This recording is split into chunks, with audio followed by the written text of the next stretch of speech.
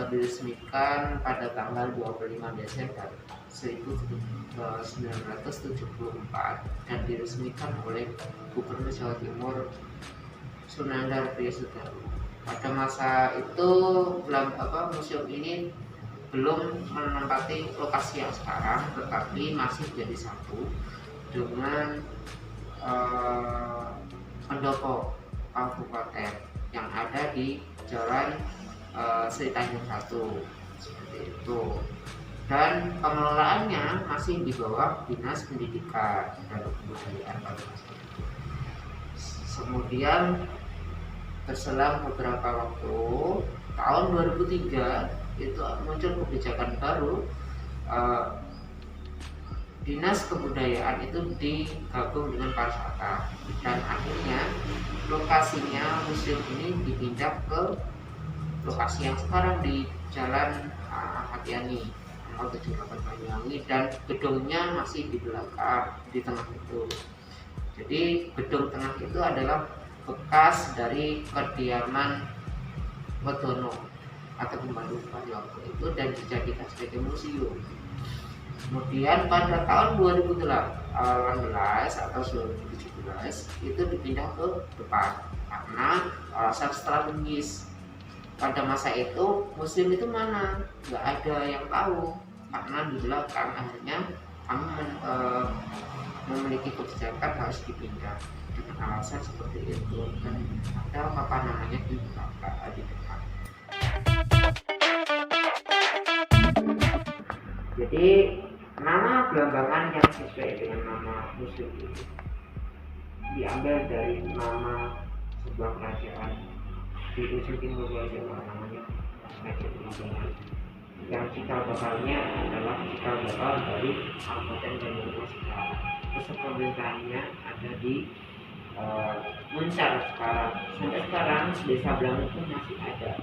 Nah, kapan sih sebenarnya nama Blambangan itu hadir di pentas perpolitikan wasit pada masa itu? Berdasarkan Prasasti Balawi yang berangkatan 1227 Saka atau 1305 Masehi, disebutkan bahwa di Blambangan itu pernah terjadi pemberontakan apa? Nambi. Kemudian sang raja memberikan berkah atau berupa bebas pajak kepada masyarakat yang ada di Blambangan. Kemudian di dalam Prasasti Jayanegara 1 itu juga disebutkan nama Blambangan. Ketika itu ada upacara pemusian kepada Yang Iwa sebagai sebuah perwujudan dari rasa syukur Jayanegara karena berhasil untuk menumpas pemberontakan yang ada di Blambangan. Jadi panjang sekali sejarah Blambangan itu. Koleksi Museum Blambangan itu tergolong lumayan banyak sih. Jadi sekitar 3.700 koleksi yang terbagi menjadi beberapa sub. Yang pertama adalah prasejarah, Hindu-Buddha, Islam, dan kolonial. Kalau di persentase itu lebih condong lebih banyak ke Hindu-Buddha karena basisnya memang Blambangan. Tapi arkeologi Islam atau koleksi Islam itu juga ada beberapa kitab dan notan usul. Tapi perlu dicatat bahwa sesuai dengan argumentasi yang sudah ada, sesuai dengan pikiran saya juga masuknya Islam ke Blambangan itu masih muda, sekitar abad ke-19. Kalau masuknya Hindu ke Blambangan itu abad ke-8. Tapi contohnya adalah Majapahit. Kalau Majapahit itu abad ke-14. Nah, dari itu semua kami mencoba untuk mengedukasi masyarakat menggunakan benda-benda yang sudah kami miliki. Jadi kami berharap dari Museum Blambangan berharap bahwa yang selama ini Blambangan atau Banyuwangi itu dipahami dari sisi lebih dan mitologinya, Sri Tanjung, Sudokerso, kemudian Najunggo, itu ketika masuk ke museum ada pemahaman yang fresh tentang sejarah Blambangan, bahwa sebenarnya Blambangan itu bisa dipahami secara ilmiah secara metodologi yang benar. Jadi kalau masa hidup Buddha yang contohnya adalah ada Limbayoni, kemudian ada masterpiece juga yang namanya Stupika. Kenapa kami menamakan Stupika itu adalah masterpiece kami? Karena beda dengan Stupika yang sudah ada di Indonesia. Kalau Stupika yang asalnya dari Buddha ini, selain digunakan sebagai sarana pemujaan kepada Sang Buddha, benda ini juga digunakan sebagai sarana kekal kubur. Ketika abad ke-8 sampai 14 itu tradisi megalitik masih berjalan meskipun agama sudah masuk ke agama. Kalau yang zaman kontemporer itu ada kampung padi, alpemotong padi itu adalah contoh dari benda kontemporer. Juga ada kacek itu adalah alat untuk membelah inang yang sekarang sudah masih modern tapi sudah jarang digunakan oleh masyarakat Minang. 2020 yang lalu itu kami sempat melakukan penelitian di area Banyu Utara, tepatnya di Wongsorejo. Di sana kami menemukan situs perbengkelan logam klasik satu-satunya di Jawa, dan kami akan menjadikan situs itu sebagai open site museum situs terbuka. Tapi untuk keamanan, beberapa artefaknya kami simpan di area perhutani Banyu Utara dan kami simpan di museum ini.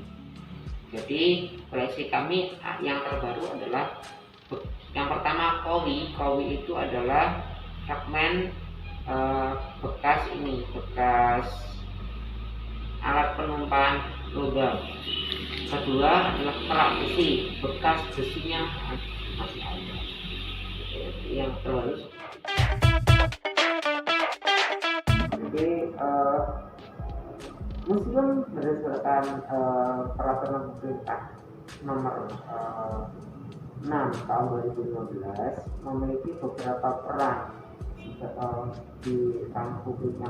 Yang paling utama adalah bagaimana seorang pengelola museum itu bisa mengkomunikasikan benda-benda koleksinya kepada masyarakat. Jadi ini sudah kami lakukan sudah lama sebenarnya, sampai kami 2 tahun lalu membuka pameran berkala dan museum masuk sekolah.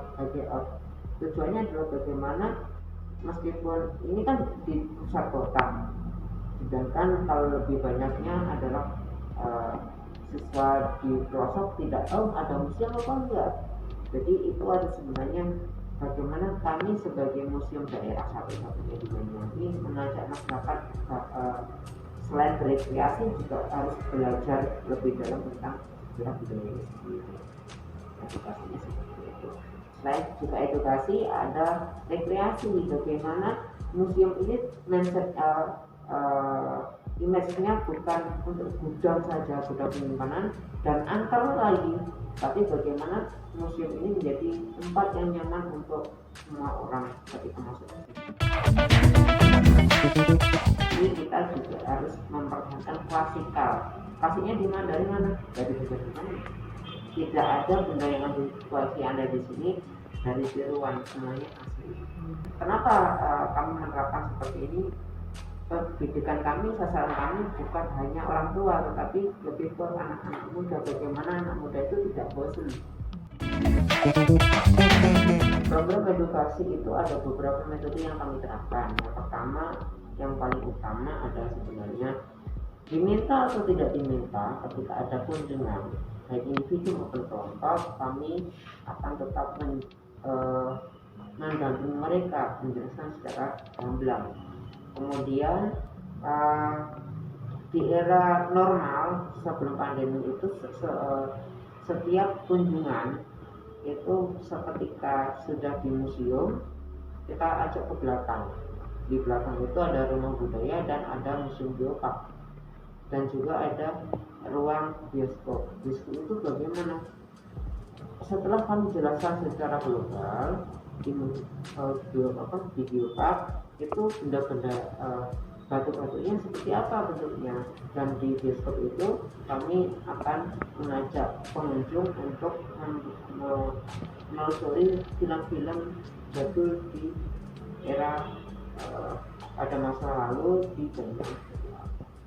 Kami juga bekerjasama dengan beberapa lembaga, salah satunya di Balai Ajaib di Jogja, karena mereka juga menyediakan beberapa film edukasi. Kendala pengelolaan museum Blambangan itu sebenarnya banyak. Salah satunya adalah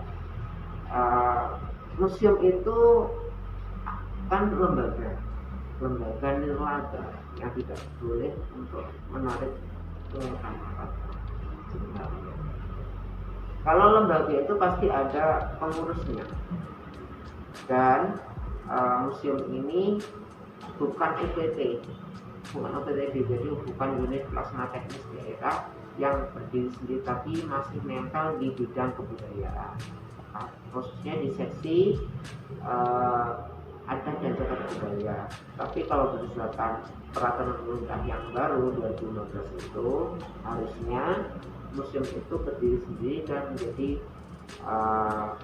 lembaga publik yang bisa mengedukasi masyarakat secara global. Satu lagi, ternyata 5 tahun ini kami sudah mengamati masyarakat juga.